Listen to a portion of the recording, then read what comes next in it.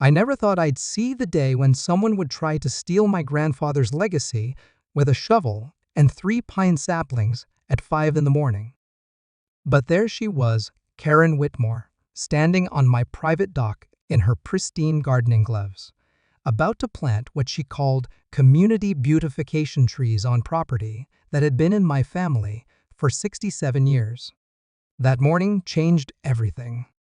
What started as a simple property dispute became a 2-year battle that would expose decades of corruption, uncover a family secret that shook our entire lakeside community, and ultimately transform a quiet cabin dock into something Karen never saw coming, a thriving private marina that would make her life infinitely more complicated than she ever imagined.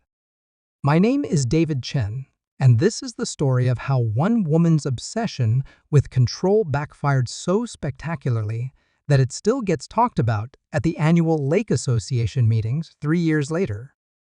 The lake house had been my sanctuary since childhood. Nestled on the shores of Mirror Lake, about 2 hours north of the city, it represented 4 generations of my family's history. My great-grandfather built the original cabin in 1956, back when the lake was surrounded by nothing but wilderness and the occasional fishing boat. Over the decades, as development crept closer, our little slice of paradise remained unchanged, a weathered cedar cabin with a long wooden dock that stretched 40 feet into the crystal-clear water. I inherited the property from my grandfather when I was 28. That was 12 years ago, and in all that time, I'd maintained it exactly as he would have wanted. The dock got fresh stain every spring. The cabin received necessary repairs, but no modern improvements, and the half-acre of wooded land remained as natural as possible. It wasn't fancy, but it was mine, and it was perfect. The problem started when the Mirror Lake Homeowners Association formed. Now, I need to be clear about something: my property predated any HOA by 40 years. When my great-grandfather purchased the land, there were no covenants, no restrictions, no association fees. The deed was clean, and the property was grandfathered in from any future developments. But that didn't stop Karen Whitmore, the newly elected HOA president, from deciding that my eyesore of a property needed her personal attention. Karen had moved to the lake 3 years prior with her husband, Richard, purchasing one of the new luxury condos that had sprouted up on the South Shore. She was the type of woman who color-coordinated her garden tools and held clipboard meetings about proper mailbox heights. Within 6 months of moving in, she'd gotten herself elected to the HOA board. Within a year, she was president. And within 18 months, she'd made it her personal mission to bring every property around the lake under her vision of community standards. The first letter arrived on a Tuesday in March. Official HOA letterhead, certified mail, the whole 9 yards. It informed me that my property was in violation of the lake community aesthetic standards, and that I had 30 days to comply with a list of necessary improvements. The list included repainting the cabin in approved earth tones, replacing my dock with a regulation-compliant structure. And this is where it got personal, removing the unsightly boat storage from my property. The boat in question was my grandfather's 1987 Chris Craft, a beautiful wooden runabout that he'd restored himself. It sat on a trailer beside the cabin, covered with a blue tarp, exactly where it had been parked for over a decade. To Karen, it was junk. To me, it was a piece of family history. I called the HOA office that afternoon. Mirror Lake Homeowners Association, this is Karen speaking. Hi Karen, this is David Chen. I received your letter about property violations, and I think there might be some confusion. No confusion, Mr. Chen. Your property is clearly visible from the community areas, and it doesn't meet our standards. But my property isn't part of the HOA. It was built 40 years before your association existed. There was a pause. Then, in a voice that could freeze hot coffee, every property owner around Mirror Lake is subject to our covenants. No exceptions. That's not how property law works, Karen. I'd be happy to show you my deed and title history if you'd like. What I'd like, Mr. Chen, is for you to be a good neighbor and comply with reasonable requests for community improvement. We're not asking for much. I looked out at the lake, watching a pair of loons dive near my dock. Reasonable requests, right? I appreciate the offer, but I won't be making any changes to my property. Have a good day, Karen.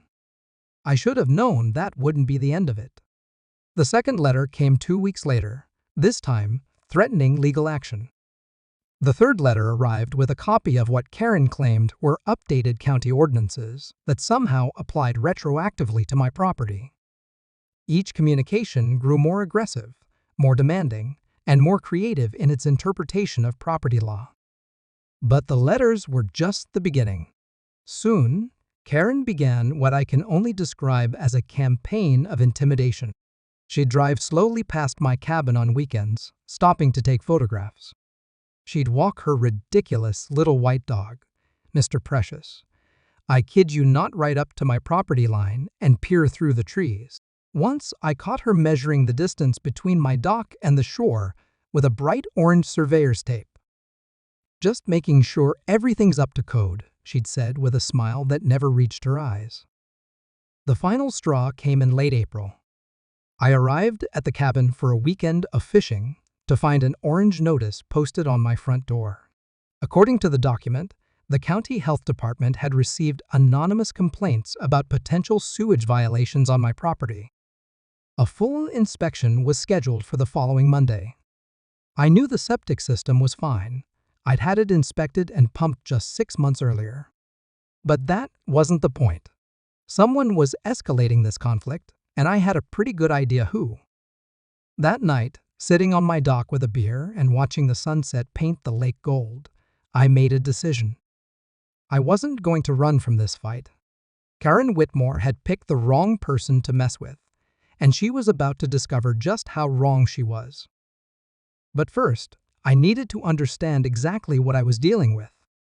And that meant doing something I should have done months ago, researching the history of the Mirror Lake Homeowners Association and its ambitious president. What I found in those records would change everything. The county inspection went exactly as I expected. The health department official, a tired-looking man named Bob Martinez, spent 20 minutes examining my septic system before declaring it in perfect compliance with all regulations. He seemed genuinely confused about why he'd been called out for what was obviously a harassment complaint. "Someone's got it out for you," he said, shaking his head as he packed up his testing equipment. "This is the cleanest system I've inspected all month." I thanked Bob and watched him drive away, feeling a mixture of vindication and dread. I'd won this round, but I knew Karen wasn't finished. If anything, my property's clean bill of health would only make her more determined to find another angle of attack. I was right. The harassment escalated quickly after that. Karen began filing complaints with multiple county departments, building code violations, environmental concerns, noise ordinances.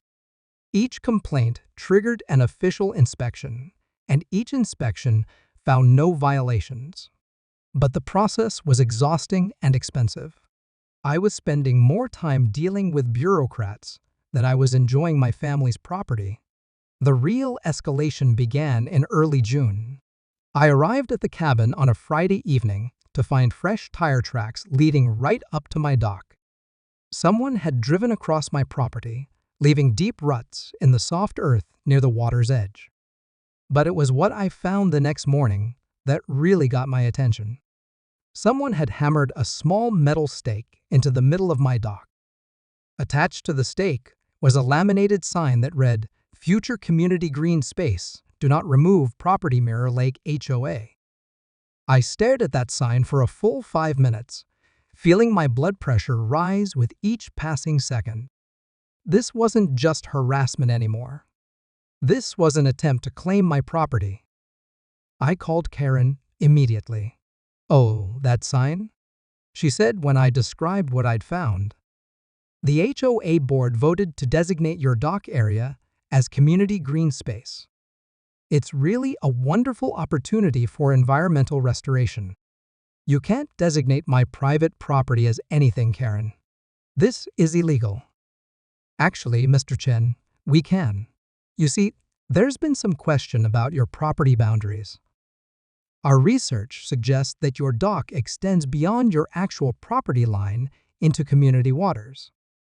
My dock has been in this exact location for over 30 years. Well, that's a matter for the courts to decide, isn't it? The line went dead. I stood there, holding my phone, understanding for the first time that this wasn't just about HOA compliance or community standards. Karen Whitmore was trying to steal my land. That weekend, I contacted a property lawyer in the city. Sarah Matthews was a recommendation from a friend who dealt with his own HOA issues. She was smart, direct, and had a reputation for not backing down from bullies. "This is harassment, plain and simple," she said after reviewing Karen's correspondence. "But it's also potentially criminal. If she's filing false reports with county departments and making fraudulent property claims, we can pursue this aggressively." What about the dock? Is there any chance she's right about the property boundaries? Sarah studied the survey maps I'd brought. Your great-grandfather's deed is crystal clear. You own to the high water mark, plus riparian rights extending into the lake. That dock is completely within your property. But fighting this could take months and cost thousands. Sometimes it's easier to just give difficult neighbors what they want. I looked out Sarah's office window at the city skyline, thinking about my grandfather teaching me to fish from that dock, about summer nights when I'd fall asleep to the sound of water lapping against the wooden posts. "No," I said. "We fight." What I didn't know was that while I was in the city talking to lawyers, Karen was back at the lake implementing phase 2 of her plan. I found out the next morning when my neighbor called at 6 a.m. "David, you need to get out here right now," said Tom Rodriguez, who owned the cabin next to mine. "That crazy HOA woman is on your dock with a bunch of people, and they've got shovels." I broke several speed limits getting to the lake. When I arrived, I found Karen and 4 other people standing on my dock. She was wearing a wide-brimmed sun hat and those pristine gardening gloves, directing the others as they positioned 3 small pine trees in wooden planters along the dock's edges. A photographer was documenting the whole thing. "What the hell do you think you're doing?" I called out as I jumped out of my truck. Karen looked up with that same cold smile. "Community Beautification Project. We're planting native trees to restore this area's natural ecosystem. On my private property." Actually, Mr. Chen, since this dock extends into community waters, the HOA board has determined it falls under our environmental restoration mandate. One of her volunteers, a nervous-looking man in his 60s, glanced between Karen and me. "Ugh, Karen, maybe we should wait for the legal stuff to get sorted out first." "Nonsense, Gerald. We're well within our rights." I pulled out my phone and started recording. "I'm documenting this trespass. You have 30 seconds to remove yourselves and your trees from my property before I call the police." Karen's smile widened. "Go ahead and call them. I think you'll find that the police are very interested in property owners who refuse to comply with environmental protection ordinances." That's when I noticed the man standing at the end of my dock wasn't holding a shovel. He was holding a clipboard and wearing a badge. County Environmental Protection Agency. Karen had orchestrated this entire confrontation as a media event, complete with an official witness and a photographer. She'd figured out how to make herself look like the environmental hero, while painting me as the villain who refused to cooperate with community beautification efforts. It was brilliant, manipulative, and absolutely infuriating. But as I stood there, watching Karen pose with her pine saplings, I realized she'd made one crucial mistake. By bringing this conflict into the open, by making it a public spectacle, she'd given me something I desperately needed: an audience. And once I started digging into the Mirror Lake Homeowners Association's finances and Karen's background, I was going to make sure that audience got the whole story. The war for my dock was about to become very public indeed. The Mirror Lake Community Center had never seen a crowd like the one that gathered on Thursday night. Word about the HOA meeting had spread through Tom's network of lake residents, and by 7 p.m., every seat in the small meeting room was filled. People were standing along the walls and clustering near the door. Many faces I recognized from years of lake community events, but there were others I'd never seen before, property owners who'd been intimidated into silence or simply didn't know that alternatives existed. Karen arrived precisely at 7, flanked by the 3 other HOA board members.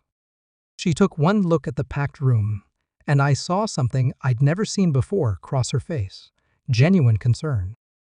"Well," she said, settling into her chair at the front table, "this is quite a turnout. I hope everyone signed in properly." "Actually, Karen," said Tom, standing up near the back of the room, "we're here because a lot of people have questions about HOA membership requirements and financial transparency."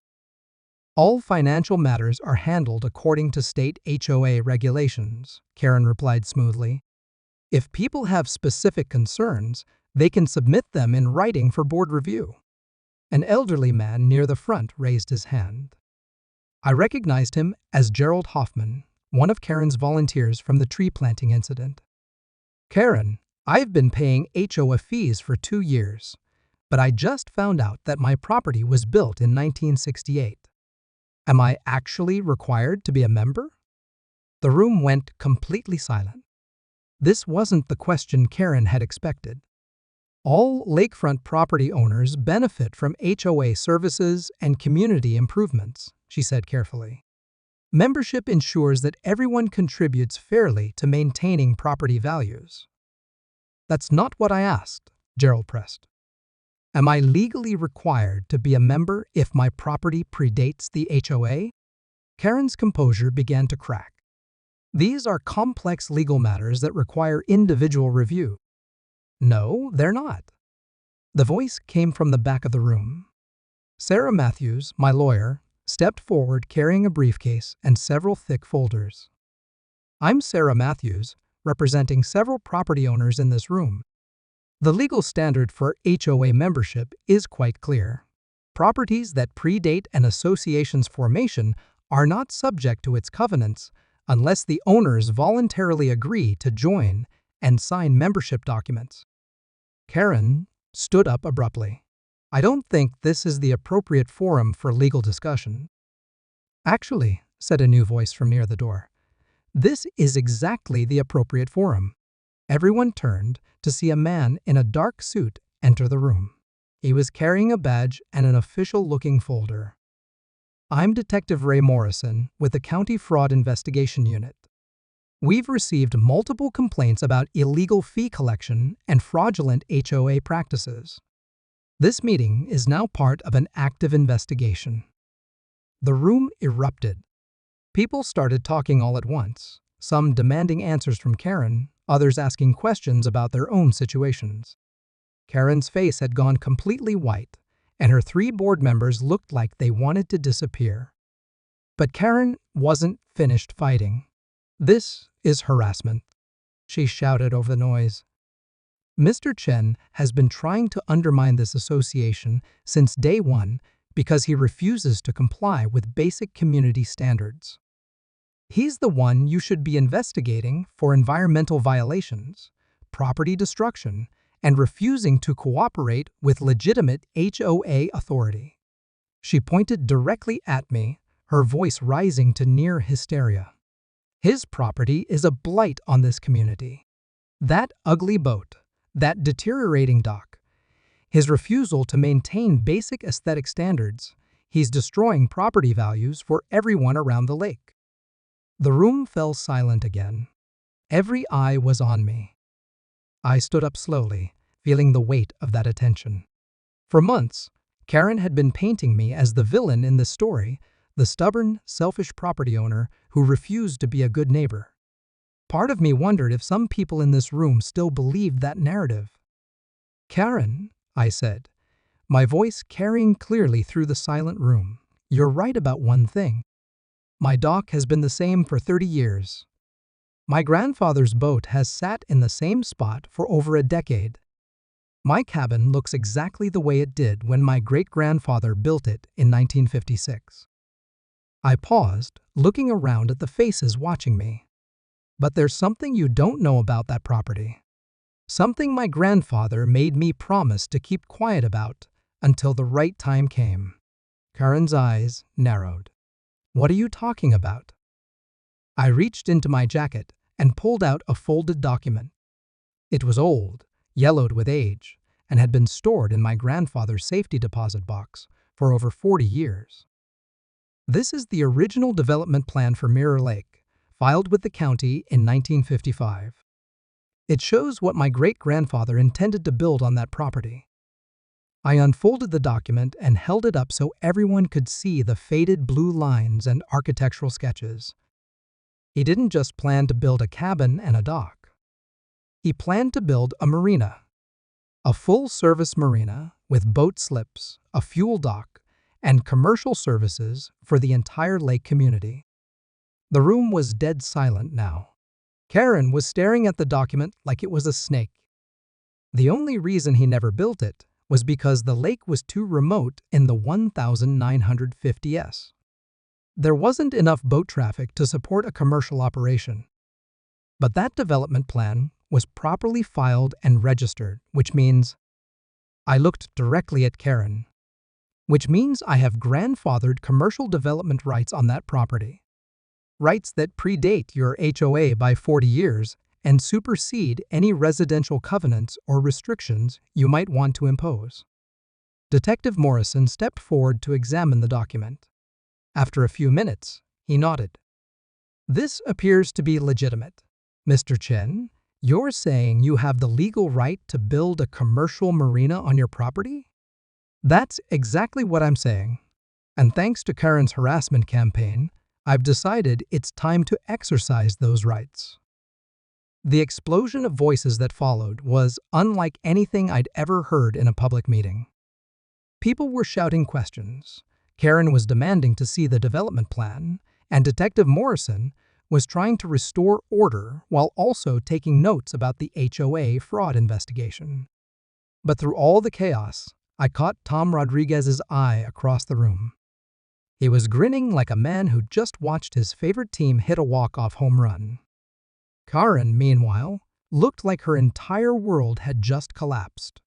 Because in trying to steal my quiet family dock, she'd accidentally triggered the development of exactly the kind of commercial operation that would bring noise, traffic, and activity to the lake community she was trying to control. The meeting didn't end until nearly 11 p.m. By then, Detective Morrison had collected statements from 12 property owners who'd been illegally charged HOA fees. Karen had been informed that she was under investigation for fraud, and I had a room full of potential marina customers asking when the boat slips would be available for rent. But the real victory came 3 days later, when I received a certified letter from Karen's lawyer requesting a meeting to discuss potential compromises regarding the lakefront property dispute. After 8 months of harassment, threats, and attempted theft, Karen Whitmore was finally ready to negotiate. Unfortunately for her, I was no longer in a compromising mood. The meeting took place in Sarah Matthews' office on a rainy Tuesday morning in October. Karen arrived with her husband Richard and a lawyer who looked like he'd rather be anywhere else. I brought Sarah, my development plans, and a folder full of marina construction estimates that I'd been having way too much fun collecting. Karen looked older than when I'd first met her. The past month had not been kind to her. Detective Morrison's investigation had uncovered the full scope of her fraud operation, and she was facing both criminal charges and a class-action civil lawsuit from the property owners she'd been illegally billing. The Mirror Lake HOA had voted to remove her as president, and was cooperating fully with authorities. But more than that, Karen had discovered that her attempts to control my property had unleashed something far worse than an unsightly cabin and boat storage. "Mr. Chen," she began, her voice lacking its usual authority, "I think there's been a misunderstanding about the nature of our dispute." "Really?" "Because I understood it perfectly. You tried to steal my property, and when that didn't work, you tried to frame me for environmental crimes." Her lawyer, a thin man named Peterson, cleared his throat. "My client is prepared to offer a complete withdrawal of all HOA claims regarding your property, along with a written acknowledgement of your grandfathered status." "That's generous," Sarah said dryly, considering she had no legal standing to make those claims in the first place. "We're also prepared," Peterson continued, "to offer compensation for your legal expenses and any inconvenience you've experienced." I leaned back in my chair, studying Karen's face. She was trying to maintain her composure, but I could see the desperation in her eyes. "What's the catch?" "We'd like to request that you consider limiting the scope of your marina development plans." There it was. Over the past month, word had spread through the lake community that I was planning to build a commercial marina on my property. The reaction had been mixed, to put it mildly. Longtime lake residents, who remembered my grandfather, were generally supportive, especially since they'd learned about Karen's fraud operation. But the newer residents, particularly those who'd bought expensive lakefront condos, expecting a quiet, pristine environment, were less enthusiastic about the prospect of commercial boat traffic. Karen had apparently spent the past month dealing with angry HOA members who were blaming her for causing the marina development through her harassment campaign. "Here's the thing, Karen," I said, opening my folder and spreading the marina plans across the conference table. "I've been meeting with contractors, marine architects, and the county planning department. Do you know what I've learned?" She shook her head, staring at the detailed blueprints like they might burst into flames.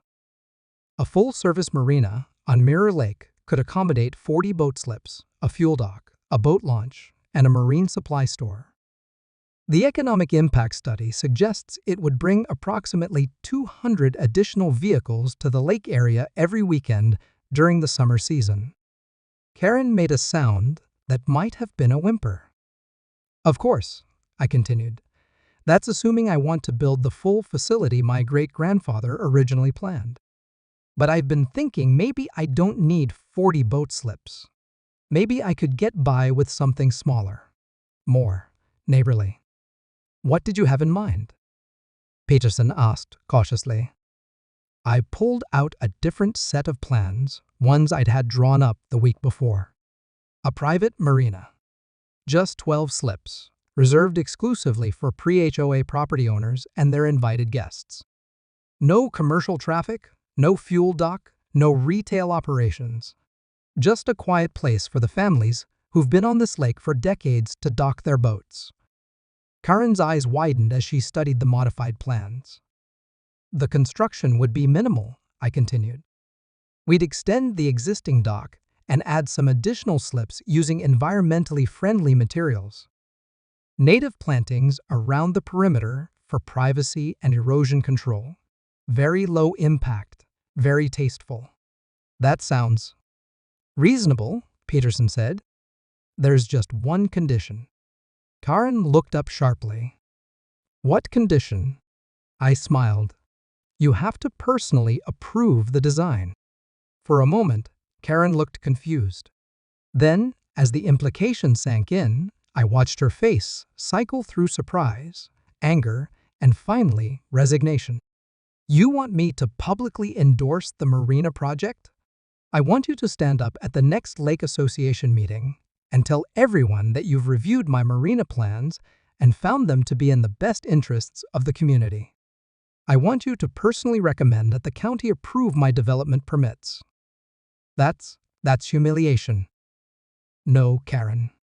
Humiliation would be building the full 40-slip commercial marina with the boat launch and the marine supply store. This is just accountability. We stared at each other across the conference table for a long moment.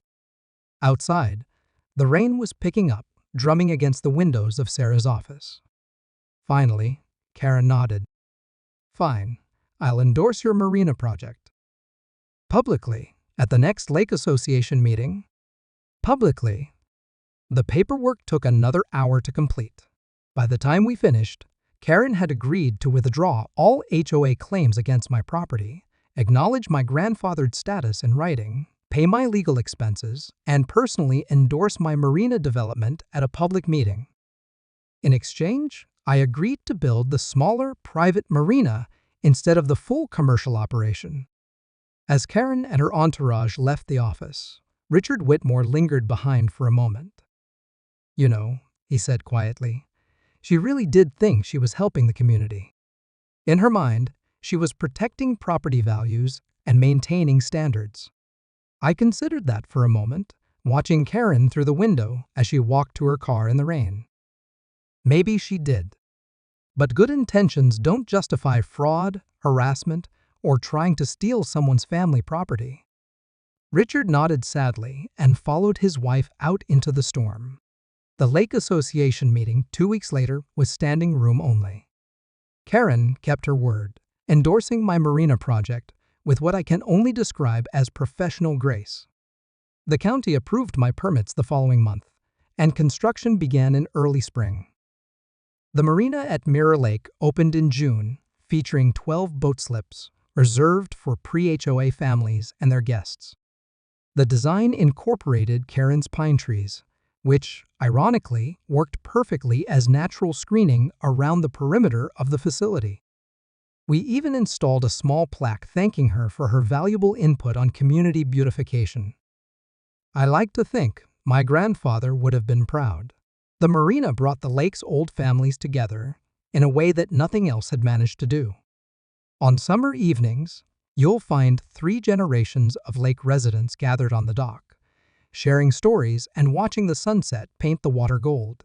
As for Karen, she and Richard moved away from Mirror Lake 6 months after the marina opened.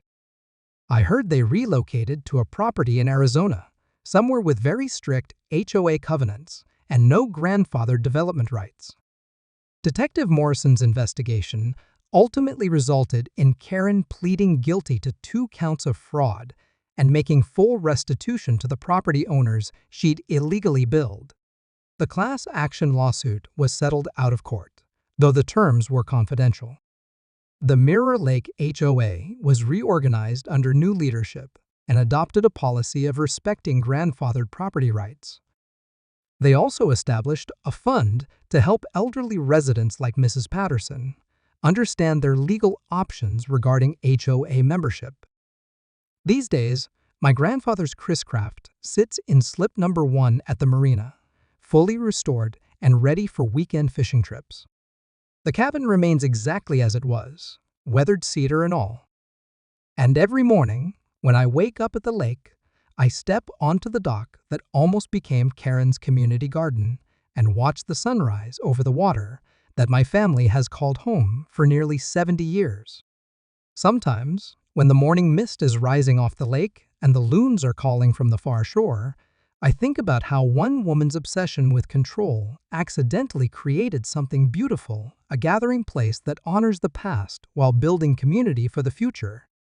The photographs from Karen's tree planting ceremony made it into the local newspaper 2 days later. The headline read, "Community Volunteers Battle Uncooperative Property Owner Over Lake Restoration." In the picture, Karen stood smiling next to her pine saplings, while I lurked in the background, looking like an angry property hermit who hated the environment. The article painted exactly the picture she'd intended: concerned citizens trying to beautify the community while one stubborn holdout refused to cooperate. The comment section online was brutal.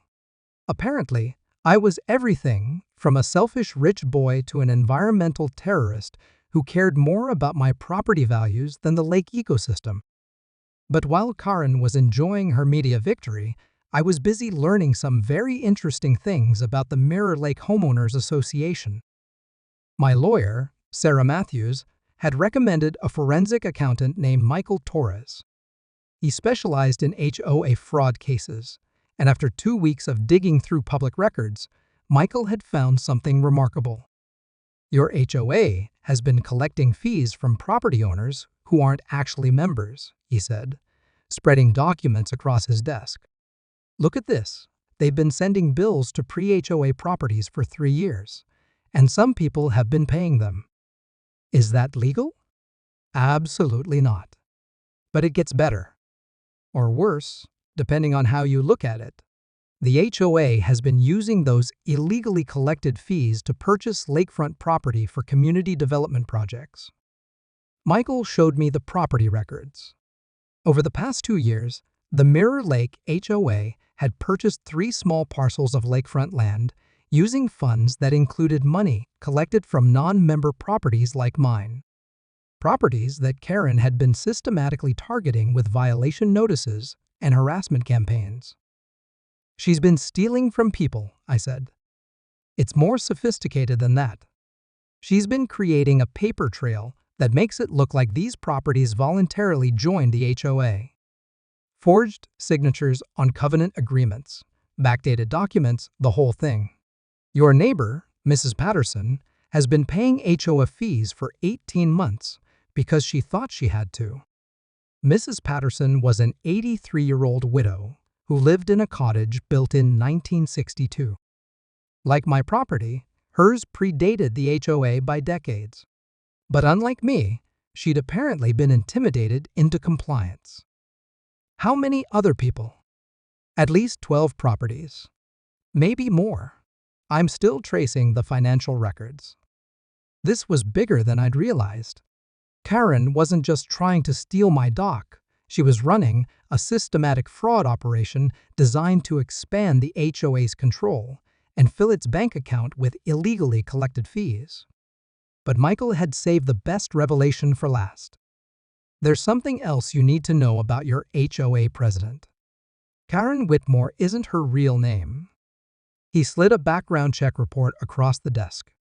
According to the documents, Karen Whitmore was actually Karen Elizabeth Hartwell, and she had a very interesting history. 3 years ago, in Colorado, she'd been forced to resign from her position as president of another HOA after being accused of financial irregularities. The case had been settled out of court, but the pattern was unmistakable. She's done this before, I said. Multiple times. Colorado, Nevada, and now here. She moves, changes her name slightly, and finds a new community to control.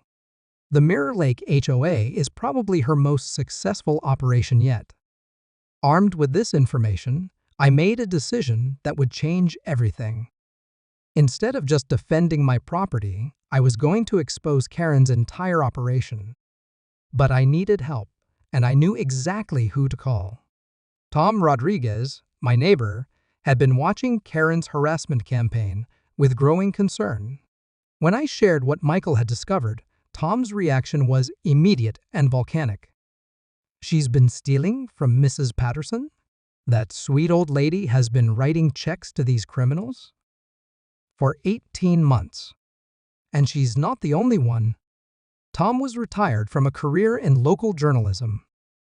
More importantly, he knew everyone around the lake and had connections at both the newspaper and the county prosecutor's office. By the end of that conversation, we had the foundation of a plan.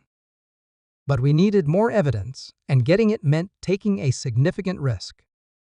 The Mirror Lake HOA held its monthly board meetings in the community center near the South Shore. According to the bylaws, these meetings were supposed to be open to all property owners, but Karen had been discouraging attendance by scheduling them at inconvenient times and failing to publicize them properly. The next meeting was scheduled for Thursday night at 7 p.m. Tom and I decided to attend, along with recording equipment and a detailed list of questions about the association's finances and membership policies. She's going to know we're investigating her, Tom warned, as we planned our approach. Good. I want her to know. People like Karen depend on operating in the shadows. Once we drag this into the light, her whole operation falls apart. But as we prepared for that confrontation, Karen was preparing one of her own. And what she had planned would test my resolve in ways I never could have imagined. The call came at 3 in the morning on Tuesday. "Mr. Chen? This is Sergeant Williams with the County Sheriff's Office. We've received a report of illegal dumping on your lakefront property. We need you to come out here immediately." I drove to the lake in a fog of dread and confusion. When I arrived, I found 2 sheriff's deputies standing on my dock with flashlights, photographing what appeared to be several bags of garbage that had been scattered across the wooden planks. "Sir, do you know anything about this?"